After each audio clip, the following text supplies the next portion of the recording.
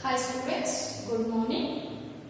In the last class, we have completed with the chapter redox reaction. What is redox reaction? Redox reaction is a chemical reaction in which both oxidation and reduction takes place simultaneously is called as redox reaction. And we know the types of redox reaction and how to balance the redox reaction in two different methods. That is, one is oxidation number method, another one is ion electron method. And now the next coming to the new chapter in your syllabus, that is states of matter. States of matter. What is matter? You all know what is matter. The matter is anything which occupy the space and has some mass. Is called as matter. Matter. It is anything which occupy the space and has some mass is called as matter anta kariತೀವಿ. The things which are surround us and are also we are also made up of matter. States of matter. In the first chapter we have discussed the matter can be exist in physically it can be exist in three different states. Physically the matter can be exist in three different states ಅಲ್ಲಿ exhibit ಆಗುತ್ತೆ. That is solids, liquids and gases ಆಗಿ exhibit ಆಗುತ್ತೆ. The matter physically can exist in three different physical states, that is solids, liquid and gas. See here, any matter can exist in three different states. Three different physical states ಅಲ್ಲಿ and also it exists in three different states ಅಲ್ಲಿ exhibit ಆಗುತ್ತೆ. ಅಂದ್ರೆ ಒಂದೇ matter it exists in three different states ಅಲ್ಲಿ exhibit ಆಗುತ್ತೆ. ಅಂದ್ರೆ it exists as a solid ಆಗಿ exist ಆಗುತ್ತೆ, it exists as a liquid ಆಗಿ exist ಆಗುತ್ತೆ and also gas ಆಗಿ exist ಆಗುತ್ತೆ. That is depend on the temperature and pressure ಮೇಲೆ depend ಆಗುತ್ತೆ. The same matter can exist in three different physical states, that is depend on the temperature and pressure. For example, here water. What is the molecular formula for water? H2O. H2O can exist as a solid ಆಗಿ ಅಂದ್ರೆ ice cubes ಆಗಿ ನಿಮಗೆ ಸಿಗುತ್ತೆ. H2O water at 0 degree Celsius ಅಲ್ಲಿ or below 0 degree Celsius ಅಲ್ಲಿ ತಂದಾಗ H2O water exist as a solid state ಅಲ್ಲಿ ಅಂದ್ರೆ ಐಸ್ ಆಗಿ ಸಿಗುತ್ತೆ. And on heating these H2O on heating means at room temperature ಅಲ್ಲಿ this water is exists as a water. Same molecular formula, it exists as a liquid ಆಗಿ ಏನಾಗುತ್ತೆ exist ಆಗುತ್ತೆ at room temperature. And this water on heating above 100 degree celsius ಅಲ್ಲಿ ಅಂದ್ರೆ more than 100 degree celsius ಅಲ್ಲಿ ತಗೊಂಡಾಗ this water is exists as a vapor ಆಗಿ. Vapor. What is vapor? What is the difference between vapor and gas? Vapor and gas. See here, vapor. The physical state of vapor is gas. And the physical state, vapor the physical state ಯಾವ ತರ solid liquid gas ಅಂದ್ರೆ vapor the physical state to gaseous state. ಏನು difference vapour ಗೂ gas ಗೂ difference ಏನು ಅಂದ್ರೆ vapour ಅನ್ನೋದು room temperature ಅಲ್ಲಿ ಲಿಕ್ವಿಡ್ ಆಗಿ ಎಕ್ಸಿಸ್ಟ್ ಆಗುತ್ತೆ. Vapour exists as a liquid at room temperature but gas not exist as a liquid at room temperature. This is the difference between vapor and gas.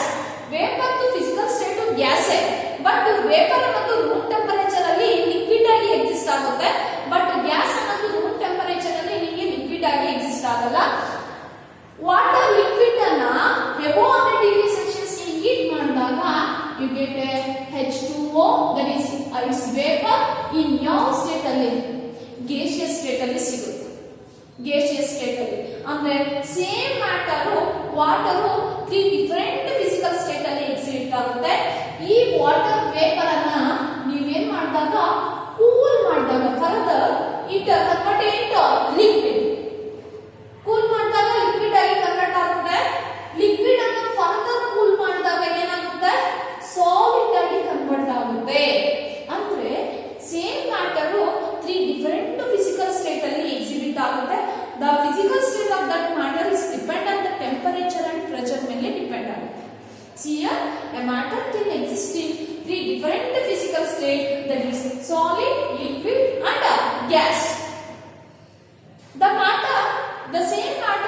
exist in these three states ಅನ್ನು ಸಿಗುತ್ತೆ. That is depend on the temperature and pressure ಮೇಲೆ ಏನಾಗುತ್ತೆ depend ಆಗುತ್ತೆ. Next coming to the properties of these solids, liquids and gases. Already ನೀವು ಓದಿದ್ದೀರಾ properties of solids, liquids and gases in the first chapter. I will revise once again. What are the properties of solids? What are the properties of solids? See here. Here, in case of solids, the intermolecular spaces are low. Gases, solids ಅಲ್ಲಿ ಈ ಯಾವುದೇ ಒಂದು solid ಅನ್ನು ತಗೊಂಡಾಗ, for example chalk piece, it is an solid, ಹೌದಲ್ವಾ? It is an solid. In case of chalk piece particles ಏನಿರುತ್ತೋ ಆ particles molecules ತುಂಬಾ ಕ್ಲೋಸ್ ಆಗಿ ಏನಾಗಿರುತ್ತೆ ಅರೇಂಜ್ ಆಗಿರುತ್ತೆ. The particles of the solids are very closely arranged. ತುಂಬಾ close ಆಗಿ ಏನಾಗಿರುತ್ತೆ ಅರೇಂಜ್ ಆಗಿರುತ್ತೆ particles of solids. ನೀನು ಯಾವುದೇ ಒಂದು ಸಾಲಿಡ್ ಅನ್ನು ತಗೋ, the particles of the solids are very compact ಆಗಿ, are very close ಆಗಿ ಏನಿರುತ್ತೆ ಅರೇಂಜ್ ಆಗಿರುತ್ತೆ. Therefore, in between the particle ಏನ್ ಜಾಗ ಇರುತ್ತೋ ಸ್ಪೇಸ್ ಅಂತ ಕರಿತೀವಿ.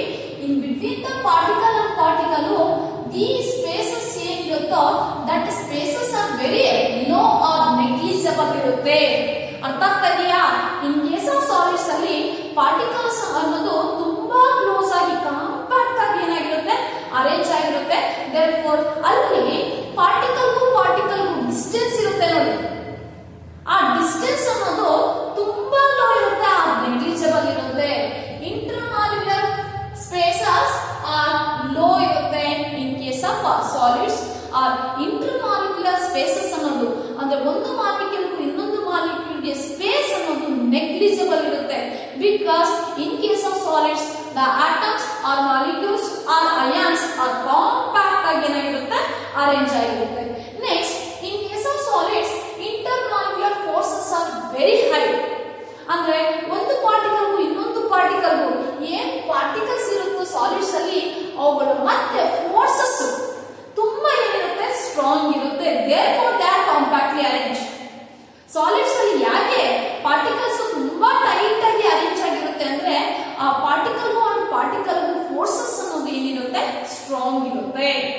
ಪಾರ್ಟಿಕಲ್ ಅಂಡ್ ಪಾರ್ಟಿಕಲ್ ಮತ್ತೆ ಫೋರ್ಸಸ್ ಆಫ್ ಅಟ್ರಾಕ್ಷನ್ ಅನ್ನೋದು ಏನಿರುತ್ತೆ ಸ್ಟ್ರಾಂಗ್ ಇರುತ್ತೆ. therefore in case of solids ಅಲ್ಲಿ ಪಾರ್ಟಿಕಲ್ಸ್ ಅನ್ನೋದು ಕಾಂಪ್ಯಾಕ್ಟ್ ಆಗಿ ಏನಾಗಿರುತ್ತೆ ಅರೇಂಜ್ ಆಗಿರುತ್ತೆ. ಇಂಟರ್ಮಾಲಿಕ್ಯುಲರ್ ಫೋರ್ಸಸ್ ಅನ್ನೋದು ಹೈ ಇರುತ್ತೆ. Next, they have a definite shape and size ಇರುತ್ತೆ. the solids having a definite shape and also they having a definite size and also volume ಇರುತ್ತೆ. next, they are rigid and not compressible. ತುಂಬಾ ಗಟ್ಟಿ ಇರುತ್ತೆ solids ಅನ್ನೋದು and they are not compressible. ಅವುಗಳನ್ನ further ಏನು ಮಾಡಕ್ಕಾಗಲ್ಲ, compress ಮಾಡಕ್ಕೆ ನಾವು ಅಂದ್ರೆ ಅದರ ವಾಲ್ಯೂಮ್ ಅನ್ನ ಡಿಕ್ರೀಸ್ ಮಾಡಕ್ಕೆ ಆಗಲ್ಲ solids.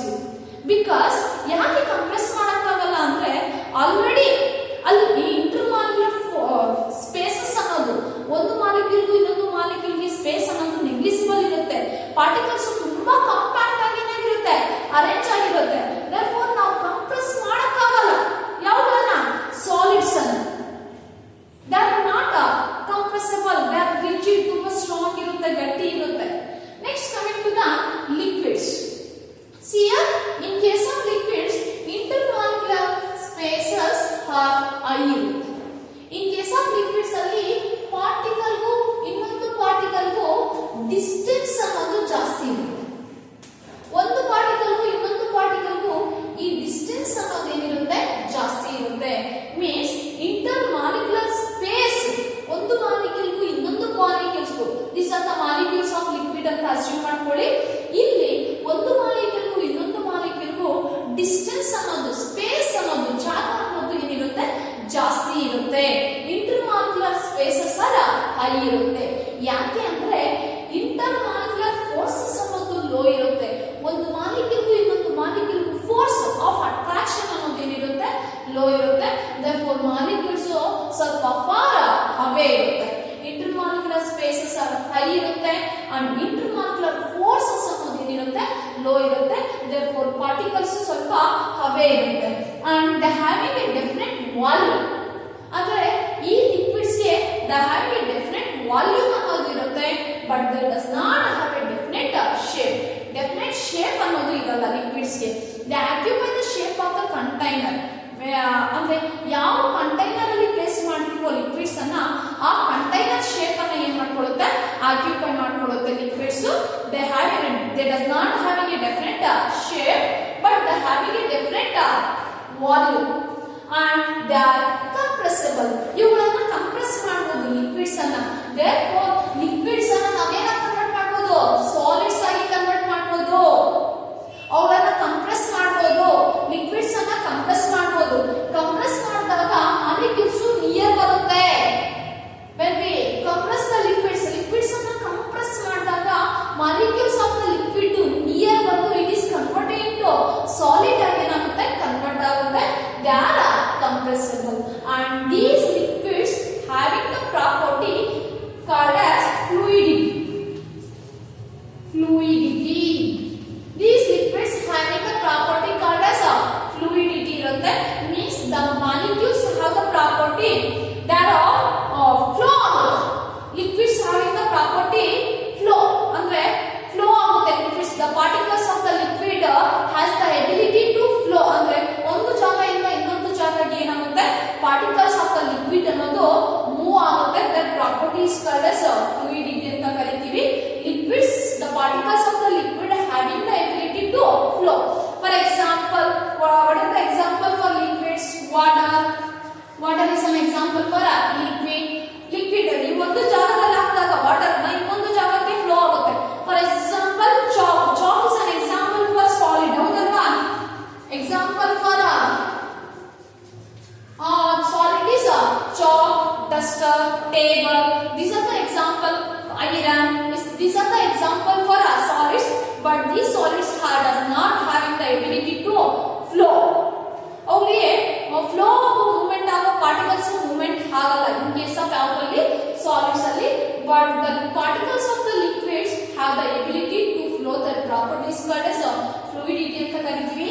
Example for liquids: water, milk, mercury is an element having the symbol Hg. mercury, alcohol are the example for liquids. And next coming to the gases. Next physical state of matter is gases. In case of gases, intermolecular spaces are maximum irutte. Andre the particles of the gases tumba far away irutte. The particles of the gases are ತುಂಬಾ far away, ದೂರ ಇರುತ್ತೆ particles of the gases. ಅಂದ್ರೆ ಏನ್ ಈ distance ಇದೆಯೋ particle and particle distance, space ಅನ್ನೋದು ತುಂಬಾ ಜಾಸ್ತಿ ಇರುತ್ತೆ as compare to solids and liquids. Compare ಮಾಡಿದ್ರೆ ಗ್ಯಾಸಸ್ ಅಲ್ಲಿ ಮಾಲಿಕ್ಯೂಲ್ಗೂ ಡಿಸ್ಟೆನ್ಸ್ ಅನ್ನೋದು ತುಂಬಾ ಜಾಸ್ತಿ ಇರುತ್ತೆ. ಇಂಟರ್ಮಾಲಿಕ್ಯುಲರ್ ಸ್ಪೇಸಸ್ ಆರ್ ಮ್ಯಾಕ್ಸಿಮಮ್ ಇರುತ್ತೆ. ಅಂಡ್ ಯಾಕೆ ಇಂಟರ್ಮಾಲಿಕ್ಯುಲರ್ ಸ್ಪೇಸ್ ಅನ್ನೋದು ಮ್ಯಾಕ್ಸಿಮಮ್ ಇರುತ್ತೆ ಅಂದ್ರೆ, ಬಿಕಾಸ್ ಇಂಟರ್ಮಾಲಿಕ್ಯುಲರ್ ಅಂದ್ರೆ ಈ ಮಾಲಿಕ್ಯೂಲ್ಗೂ ಫೋರ್ಸ್ ಅನ್ನೋದು ಏನಿರುತ್ತೆ, ಕಡಿಮೆ ಇರುತ್ತೆ. ಫೋರ್ಸಸ್ ಆಫ್ ಅಟ್ರಾಕ್ಷನ್ ಅನ್ನೋದು ಏನಿರುತ್ತೆ, ಕಡಿಮೆ ಇರುತ್ತೆ. Intermolecular forces are very low ಇರುತ್ತೆ. ಮಾಲಿಕ್ಯೂಲ್ಗೂ ಫೋರ್ಸ್ ಆಫ್ ಅಟ್ರಾಕ್ಷನ್ ಅನ್ನೋದು ತುಂಬಾ ಕಡಿಮೆ ಇರುತ್ತೆ. therefore ಇಂಟರ್ ಪಾರ್ಟಿಕಲ್ ಡಿಸ್ಟೆನ್ಸ್ ಅನ್ನೋದು, ಇಂಟರ್ಮಾಲಿಕ್ಯುಲರ್ ಸ್ಪೇಸ್ ಆರ್ ಡಿಸ್ಟೆನ್ಸ್ ಅನ್ನೋದು ಏನಿರುತ್ತೆ, ಜಾಸ್ತಿ ಇರುತ್ತೆ. and that does not have a definite shape and definite volume. ಇವುಗಳಿಗೆ ಡೆಫಿನೆಟ್ ಶೇಪು ಇಲ್ಲ, ಡೆಫಿನೆಟ್ ವಾಲ್ಯೂಮು ಇಲ್ಲ. ನೀವು ಯಾವ ಕಂಟೈನರ್ ಅಲ್ಲಿ ಇಡ್ತೀರೋ ಆ ಯಾವ, ಫಾರ್ ಎಕ್ಸಾಂಪಲ್ ಯಾವ ಕಂಟೈನರ್ ಅಲ್ಲಿ ಯಾವ ರೂಮ್ ಅಲ್ಲಿ ಇಡ್ತೀರೋ ಟೋಟಲ್ ವಾಲ್ಯೂಮ್ ಅನ್ನ ಆಕ್ಯುಪೈ ಮಾಡ್ಕೊಳ್ಳುತ್ತೆ. ಹೌದಾ? 1 ಲೀಟರ್ ಗ್ಯಾಸ್ ಅನ್ನ ಈ ರೂಮ್ ಅಲ್ಲಿ ಯಾವುದೋ ಒಂದು ಕಂಟೈನರ್ ಅಲ್ಲಿ ಹಾಕಿದ್ರೆ ಆ ಕಂಟೈನರ್ ಕಂಪ್ಲೀಟ್ ಆಗಿ ಆಕ್ಯುಪೈ ಮಾಡುತ್ತೆ. ಚಿಕ್ಕದಾಗ್ಬೋದು ದೊಡ್ಡದಾಗ್ಬೋದು ಕಂಟೈನರ್. ನೀವು 1 ಲೀಟರ್ ಗ್ಯಾಸ್ ಅನ್ನ ಯಾವ್ದ್ರಲ್ಲಿ ತುಂಬಿದ್ರೂ ಹೋಲ್ ಕಂಟೈನರ್ ಏನ್ ಮಾಡುತ್ತಾ, ಆಕ್ಯುಪೈ ಮಾಡ್ಕೊಳ್ಳುತ್ತೆ. ಅಂದ್ರೆ they does not having a definite volume and also they does not having a definite shape ಇರೋದಿಲ್ಲ. Next, they are highly compressible. The particles of the gases ಅನ್ನ ನಾವು ತುಂಬಾ ಕಂಪ್ರೆಸ್ ಮಾಡಬಹುದು. ಯಾಕೆ ಅಂದ್ರೆ ಪಾರ್ಟಿಕಲ್ ಡಿಸ್ಟೆನ್ಸ್ ಏನಿದೆಯೋ ಜಾಸ್ತಿ ಇದೆ. ಹೌದಾ? therefore ಅವುಗಳನ್ನ ನಾವು ಹೈಲಿ ಅಂದ್ರೆ ಪ್ರೆಷರ್ ಅನ್ನ ಅಪ್ಲೈ ಮಾಡಿದಾಗ ಪಾರ್ಟಿಕಲ್ಸ್ ಆಫ್ ದ ಗ್ಯಾಸಸ್ ಅನ್ನ ಕಂಪ್ರೆಸ್ ಮಾಡಿದಾಗ ಪಾರ್ಟಿಕಲ್ಸ್ ಏನ್ ಬರುತ್ತೆ, ನಿಯರ್ ಬರುತ್ತೆ. ನಿಯರ್ ಬಂದಾಗ ಗ್ಯಾಸಸ್ ಫಸ್ಟ್